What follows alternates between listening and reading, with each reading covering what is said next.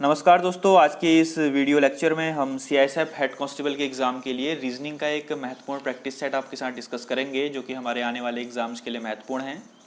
सभी क्वेश्चंस आपको बाइलिंगुअल हिंदी और इंग्लिश दोनों लैंग्वेज में अपीयर होंगे और इनकी पीडीएफ के लिए आप हमारे टेलीग्राम ग्रुप को ज्वाइन कर सकते हैं, जिसका लिंक डिस्क्रिप्शन बॉक्स में दिया हुआ है। दोस्तों, सेशन काफ़ी इंपॉर्टेंट है, इसीलिए वीडियो में अंत तक बने रहिए। अंत में कुछ क्वेश्चंस आपको दिए जाएंगे होमवर्क के लिए, और सेशन को लाइक कर दिए। दोस्तों, शुरू करते हैं आज का पहला प्रश्न।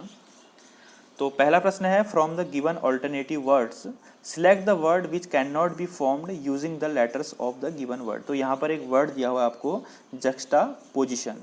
तो जक्स्टापोजिशन वर्ड के लेटर्स का उपयोग करके हम इनमें से कौन सा शब्द नहीं बना सकते हैं, जो ऑप्शन में दिए हुए हैं। ठीक है, तो जक्स्टापोजिशन के लेटर्स का उपयोग करते हुए हम टॉक्सिक वर्ड को नहीं बना सकते हैं। क्यों? क्योंकि टॉक्सिक वर्ड में सी प्रेजेंट है, सी लेटर प्रेजेंट है, लेकिन यहाँ पर आप देखेंगे जक्स्टापोजिशन में कहीं पर भी सी प्रेजेंट नहीं है। तो जब जक्स्टापोजिशन में सी लेटर प्रेजेंट नहीं है तो इससे टॉक्सिक वर्ड नहीं बन सकता है। तो इसका राइट आंसर क्या हो जाएगा? Option number B. अगला भी एक सेम प्रश्न है दोस्तों। हमको यहाँ पर एक वर्ड दिया हुआ है, क्राइसेंथेमम। तो क्राइसेंथेमम वर्ड्स के लेटर्स का उपयोग करते हुए हम इनमें से कौन सा वर्ड नहीं बना सकते हैं? रीम बना सकते हैं, टर्न बना सकते हैं, मर्सी बना सकते हैं, लेकिन मंथ नहीं बना सकते हैं। क्यों नहीं बना सकते हैं मंथ? क्योंकि यहाँ पर ओ है, मंथ में ओ प्रेजेंट है, लेकिन इस वर्ड में कहीं पर भी आपको ओ देखने को नहीं मिलेगा। तो इसी कारण जो है ऑप्शन नंबर सी इसका राइट आंसर हो जाता है। ये कुछ बेसिक लेवल के क्वेश्चन थे। अगला प्रश्न एक डायरेक्शन बेस्ड क्वेश्चन है, काफ़ी इंपॉर्टेंट क्वेश्चन है, ध्यान से देखिएगा। किरण ने उत्तर की ओर 50 मीटर की दूरी तय की, तब वह बाईं ओर मुड़ा और 25 मीटर चला, फिर वह बाईं ओर मुड़ा और 40 मीटर चला, अंत में वह दाईं ओर मुड़ा। अब वह किस दिशा में बढ़ रहा है? ठीक है दोस्तों, तो इसको हम डायग्राम की मदद से समझेंगे। माना किरण का स्टार्टिंग पॉइंट ये है, ठीक है, वो यहाँ से उत्तर की ओर चला, नॉर्थ की ओर चला 50 मीटर। देन उसके बाद वह बाईं ओर मुड़ा, तो उसका बायां कहाँ को होगा? यहाँ को होगा। जब किरण ने ऐसे मुँह किया हुआ है तो उसका बायां कहाँ को होगा? यहाँ को होगा। वह बाईं ओर मुड़ा, देन उसके बाद फिर बाईं ओर मुड़ा और 40 मीटर चला। वो यहाँ 25 मीटर चला था, फिर बाईं ओर मुड़ के वो 40 मीटर चला, देन उसके बाद वह दाईं ओर मुड़ा। तो किरण जब नीचे की ओर मुँह करता है तो उसका दाएं ओर कहाँ को होगा? यहाँ को होगा। वह दाईं ओर मुड़ा, तो अब वह किस दिशा में है? तो अभी ये कौन सी डायरेक्शन है?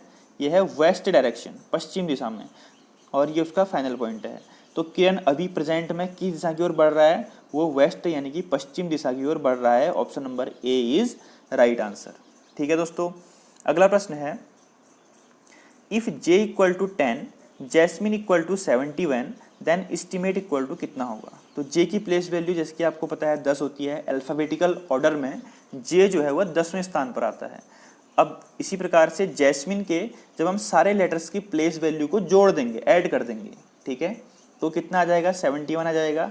इसी प्रकार जब हम एस्टिमेट के सारे लेटर्स की प्लेस वैल्यू को ऐड कर देंगे, एस्टिमेट में जितने भी लेटर्स हैं ESTIMATE, आप इनके प्लेस वैल्यू, ठीक है, इनके प्लेस वैल्यू को ऐड कर दीजिए, वो कितना आएगा?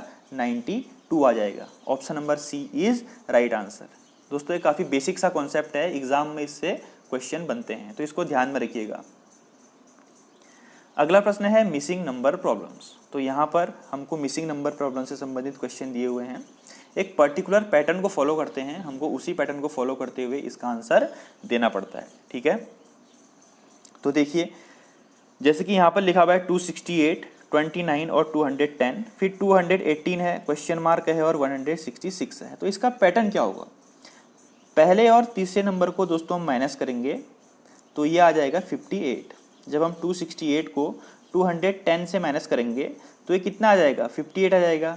और 58 का हाफ कितना होता है? अपॉन 2 कितना होता है? 29। तो हमको एक पैटर्न मिल गया। अब इसी पैटर्न को हम सेकंड में अप्लाई करते हैं।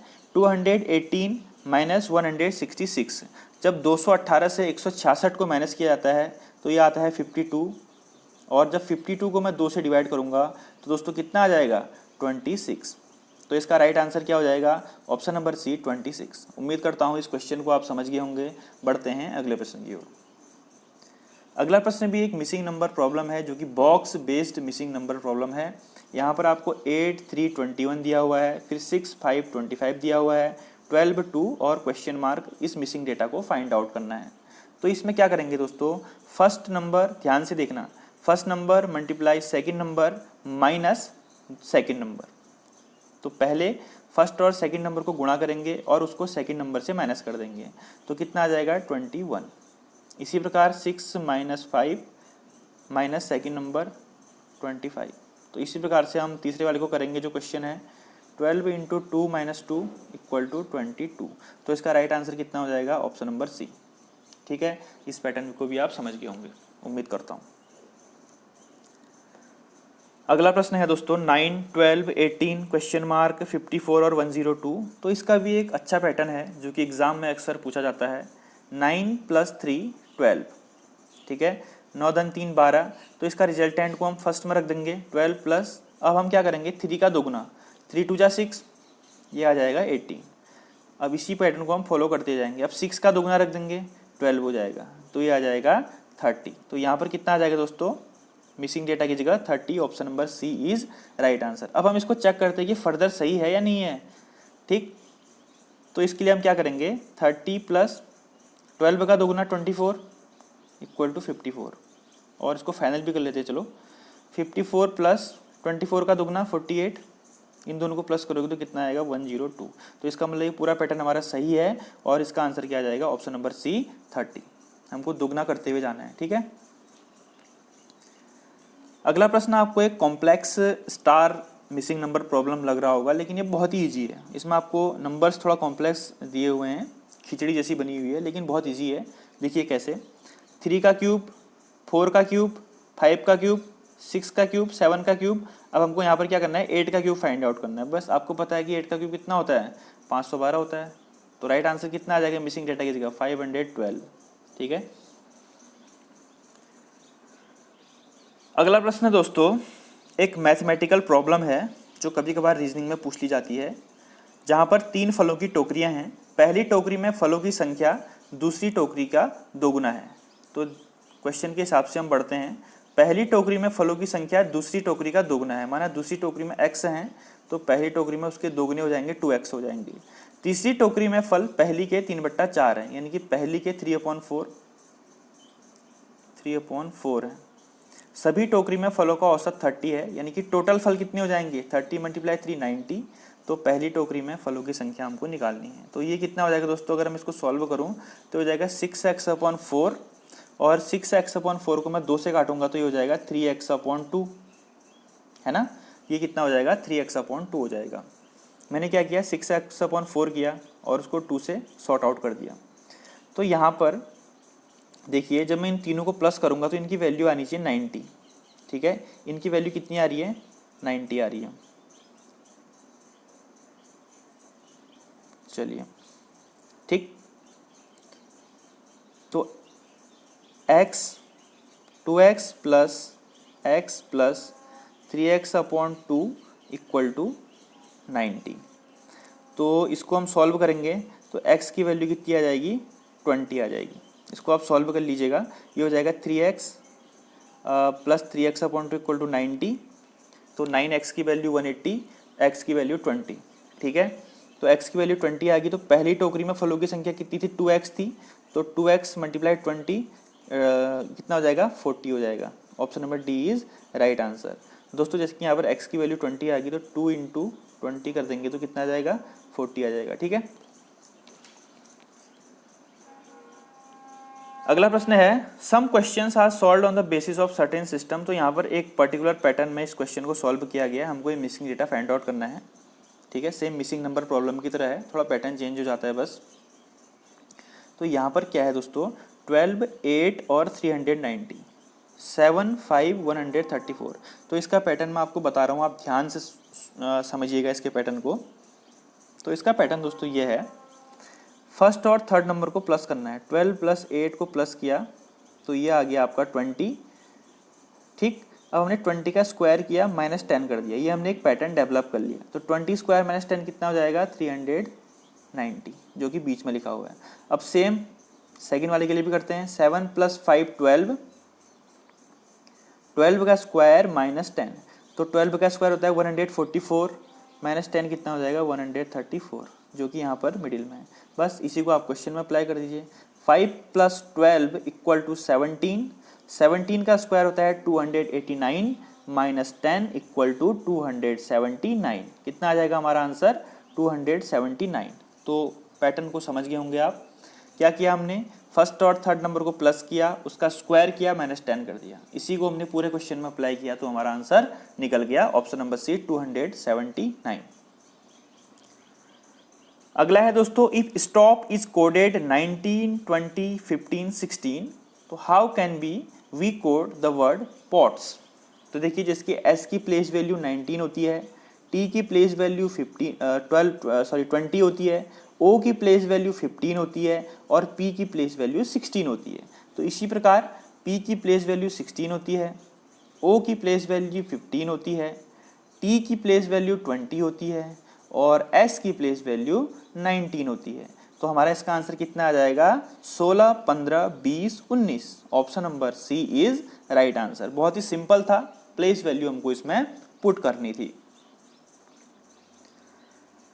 अगला क्वेश्चन है दोस्तों, यदि 5, 4, 7, 2 = 18, 6, 3, 4, 2 = 15, 7, 5, 8, 4 = 24 तो 9, 2, 3, 6 = क्या होगा? अभी देखने में कुछ अटपटा सा लग रहा है, लेकिन इसका एक बेसिक कॉन्सेप्ट है कि हम इसके सारे लेटर जो नंबर्स हैं उनको प्लस कर देते हैं। जिसकी 5, 4, 9 और 7, 2, 9, 9 + 9 18, 6 + 3 9 और +6 15, ऐसे करके 7 + 5 12 और 8 + 4 12, 12 + 12 24। तो इसका कितना आ जाएगा?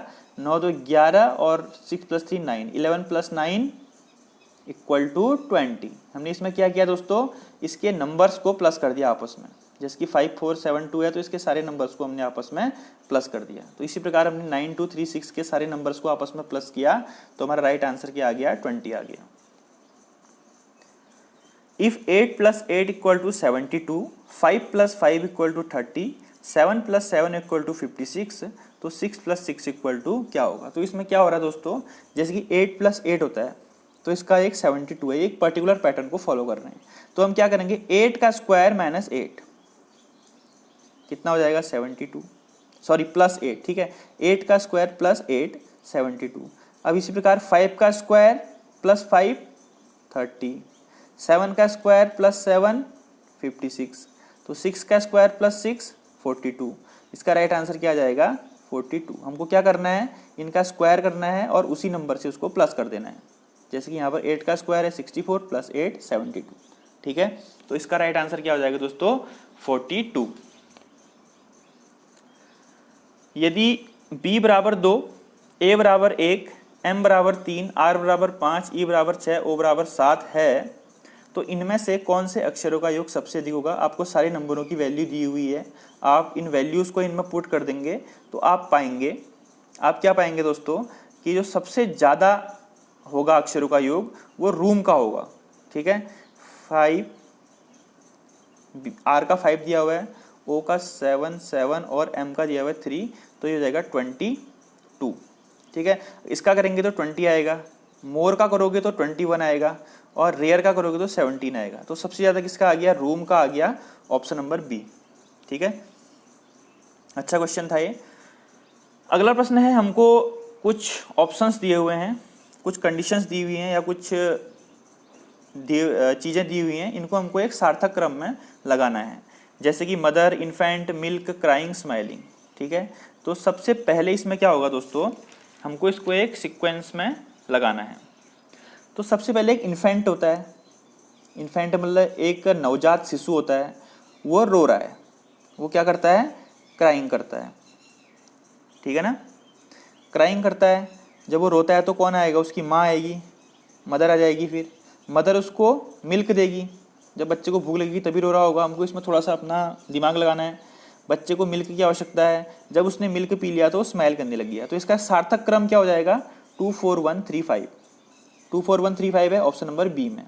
सबसे पहले एक इन्फेंट था, नवजात शिशु था, वो रो रहा था, ठीक है, क्राई कर रहा था। उसकी मदर आई, उसने मिल्क दिया बच्चे को, वो स्माइल करने लग गया। तो क्या हो जाएगा? एक स्टोरी टाइप की बन गई और इनका सार्थक क्रम भी हमारा फिट हो गया। तो option number B is right answer. अब एक और है ऐसी, salary, child, employment, school, college. तो सबसे पहले एक बच्चा होता है, एक चाइल्ड होता है, वो स्कूल जाता है, स्कूल के बाद वो कॉलेज जाता है, कॉलेज जाने के बाद उसकी एम्प्लॉयमेंट जॉब लगती है, उसको एम्प्लॉयमेंट मिलता है, देन जब जॉब लगेगी तब उसको सैलरी मिल जाती है। तो ये भी एक प्रकार की स्टोरी फॉर्म होगी। इसका सीक्वेंस हमको पता चल गया 2 4 5 3 1। तो 2 4 5 3 1 कहाँ पर है दोस्तों? ऑप्शन नंबर ए में है। तो option number A is right answer. ठीक है, चलिए उम्मीद करता हूँ आपको समझ गया, आ गया होगा। अब अगला है, यहाँ पर हमको स्टार की जगह ये ऑप्शंस में से जो साइन दिए हुए हैं पुट करने हैं और हमको इस इक्वेशन को क्या करना है? बैलेंस करना है। इस इक्वेशन को हमको बैलेंस करना है। तो इसको आप खुद करेंगे घर में, इसका आंसर मुझे बताएंगे ऑप्शन क्या है इसका। और एक क्वेश्चन ये है, आपको इसको डिक्शनरी के अनुसार क्रम में व्यवस्थित कीजिए। बहुत अच्छा क्वेश्चन है, ठीक है, इसको डिक्शनरी के अनुसार क्रम में व्यवस्थित कीजिएगा आप लोग। और एक क्वेश्चन ये है, बहुत ही अच्छा क्वेश्चन है, ये भी प्रीवियस ईयर के एग्ज़ाम में पूछा गया क्वेश्चन है। तो इसका भी आप आंसर बताएंगे कि सबसे बड़ा कौन है। तो दोस्तों ये 3 क्वेश्चन आपके होमवर्क के लिए हैं, 1 2 और 3। ठीक है, इनको आप ज़रूर कीजिए। तो थैंक यू। अगर आपको हमारी मेहनत अच्छी लग रही है तो वीडियो को लाइक कर दीजिए और अधिक से अधिक शेयर कर दीजिए और अपनी तैयारियों को जारी रखिए। होपलेस नहीं होना है, एग्ज़ाम हो जाएगा, जल्दी हो जाएगा। तब तक के लिए थैंक यू। जय हिंद, जय भारत।